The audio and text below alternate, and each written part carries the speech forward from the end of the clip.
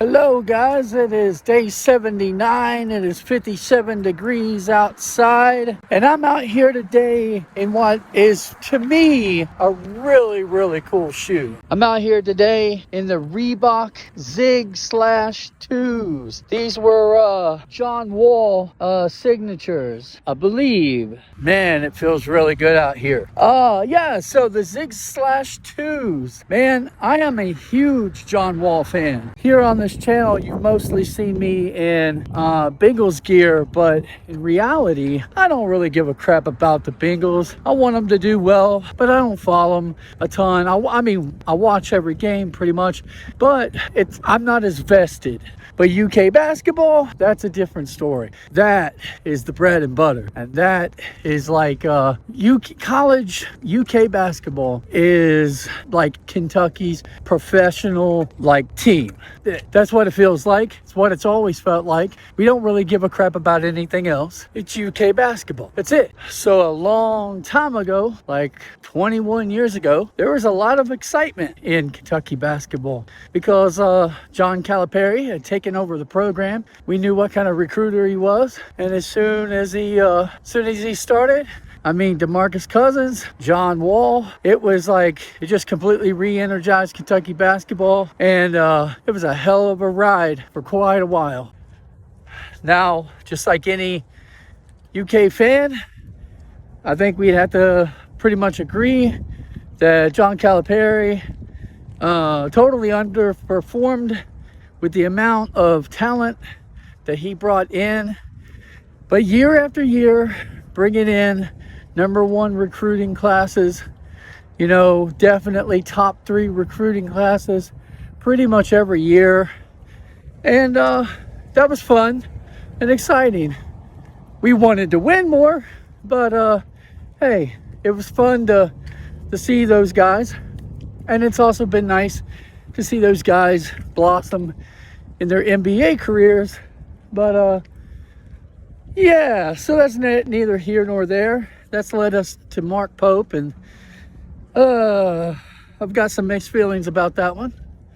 I loved Mark Pope as a player, but as a coach, he was pretty much unproven. But after he got Pitino's endorsement for the job, and I started hearing him talk very energetically, and he was really schmoozing up the fan base. I got on the Pope train and was like, I'm excited about this. And personally, I think he did a great job because we knew he had to work at the last minute, gathering guys from the transfer portal, brought in guys who no one really knew, but as a team, they worked together great. They overachieved all year long despite injuries, and they were just really solid group, and it gave us a lot of hope for the future. And there's no doubt there was a lot of excitement that had been built up for this year. They had spent a lot of money on the roster and brought in guys, and really thought this was the year that UK was going to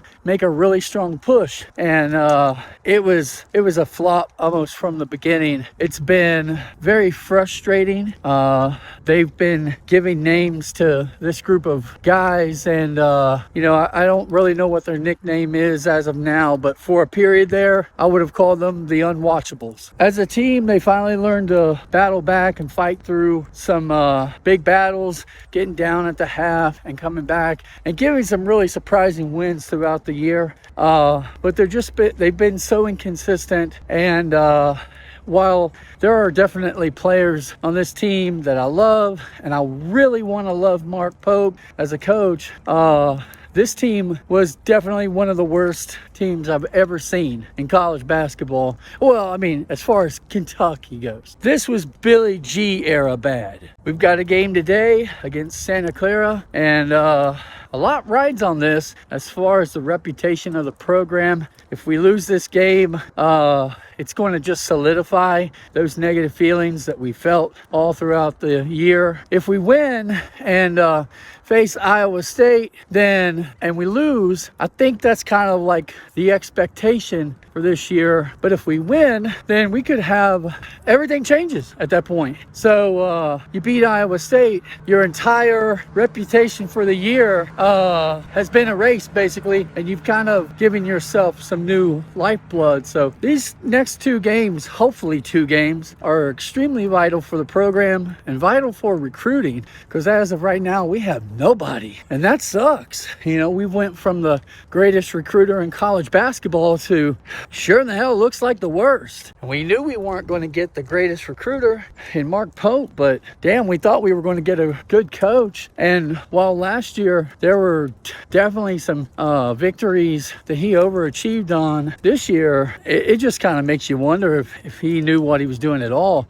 They called him an offensive genius, but I would have loved to have seen some of that. He says he understands the assignment, but damn, doesn't even look like he knows what book he's on. Sorry, went off on a tangent there, but like I said, I'm a diehard Kentucky fan, and John Wall, the 1 year that he was there, left an impression on that program that people still remember to this day. Such an explosive player, completely transformed the program, him and DeMarcus Cousins and all the rest of the guys as well. Like, we talk about John Wall, but Eric Bledsoe was a monster back then as well, and could have easily been right there, you know, taking John Wall's spot if Wall wasn't there. For those 2 calibers of a guard to play together. And then you had DeAndre Liggins, tenacious defender. You had Patrick Patterson, who I think had been there before, a year before at least, and he was highly recruited before, and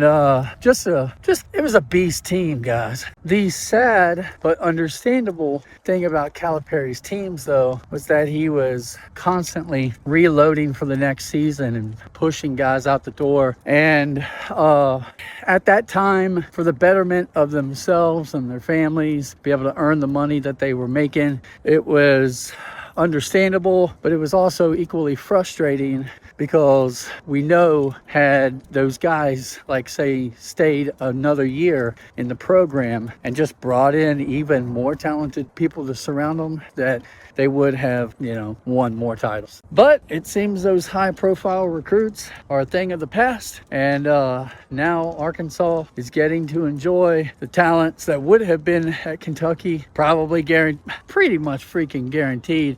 Darius Acuff, I mean, he's tearing up college basketball right now, and a monster team. So could have been Kentucky, but there's things that we would have still been equally frustrated with Calipari over. But one of the things I definitely miss is that bed of talent that was coming into the program. And now you got in guys, you don't really know their background. And if those kids played with heart, it wouldn't matter so much. But when you're seeing a product on the floor, they play uninspired, they don't play with fight, that's not Kentucky basketball. So what can I say about the shoes? So far, I really like them. They are lightweight. These things were released in 2010. They don't feel very supportive, even though they do have some supportive elements kind of woven into the design.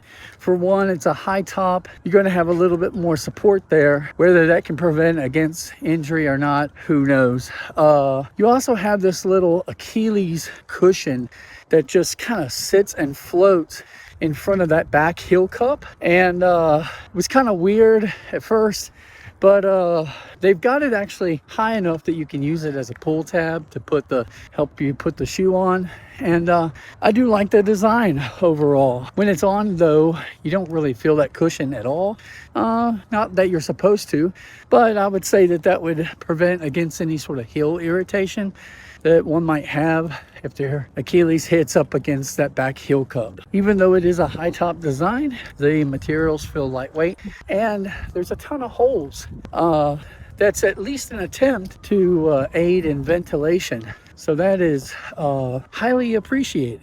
I'm walking in a 16-year-old pair of shoes, so I can't really expect much. The shoes do not feel like rocks. They don't feel like super comforting, but what they give is they do feel like they would offer a decent amount of court feel without sacrificing an adequate level of cushion. That's how I'll put it. I do have my 3/4 length plantar fasciitis orthotic in here. It does offer just a little bit more cushion, but doesn't offer much. And I can say I'm not feeling like a drastic amount of impact on every step. It feels very comparable to kind of a cheaper pair of shoes from today, modern standard and modern foams. So not your ultra cushy soft foams from this modern era, but like if you go in and you drop like say $60 to $75 for a pair of shoes instead of say $150 or sometimes in like $175, $200 on a pair, and you just go for that bargain pair. That's kind of what these things are feeling like. They're not feeling bad. So they really just give you a feeling of kind of a lightweight budget shoe of today. But I have to say I really like them. It's the first pair in a long time that I've had where I'm not experiencing any pain whatsoever. So and this is the first time, by the way, that I've gotten to wear these.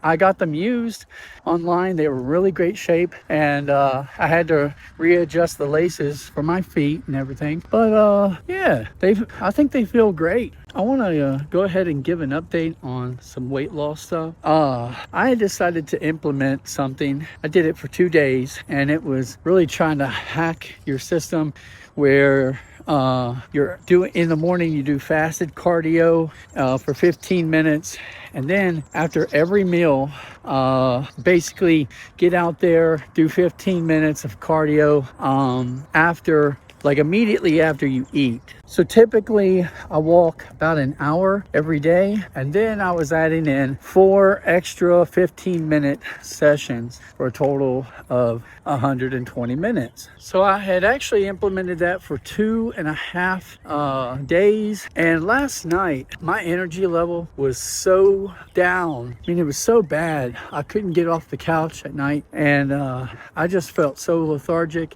Couldn't do anything, had no energy. I was just done. So I was trying to find some answers into how can I do these kind of hacks to lower insulin spikes and glucose spikes and all that, and yet still keep the energy level up throughout the night and evening. So in one of my earlier videos, I told you that when I began this weight loss journey, I consulted ChatGPT, and it gave me a plan. And for about 9 days, I was checking in and giving results of how I was feeling, and it would kind of respond back to me like a coach and give me advice. And after 9 days, I kind of ventured on my own and didn't really need it any longer. So because I was introducing these new elements from within what I was trying to add in, for the workout, and I was experiencing what I was experiencing, I decided I'd check back in with ChatGPT, and it gave some insightful advice, and it told me I was doing too much, and gave me reasons as to what was wrong with what I was doing, and told me what to take out and why, and then what to keep. And it was nice to get that advice. It basically said that I already have a driver of fat loss that is consistent and working for me, and that I shouldn't really mess with that. Doing my hour walk, and that is the primary source of fat loss. And it mentioned that everything else should be treated as secondary. So it recommended that I do not do the fasted cardio workout in the morning, and then it mentioned that for just 2 of the meals, like a lunch and the dinner, to do 10 minutes only, because I'm already doing quite a bit of cardio.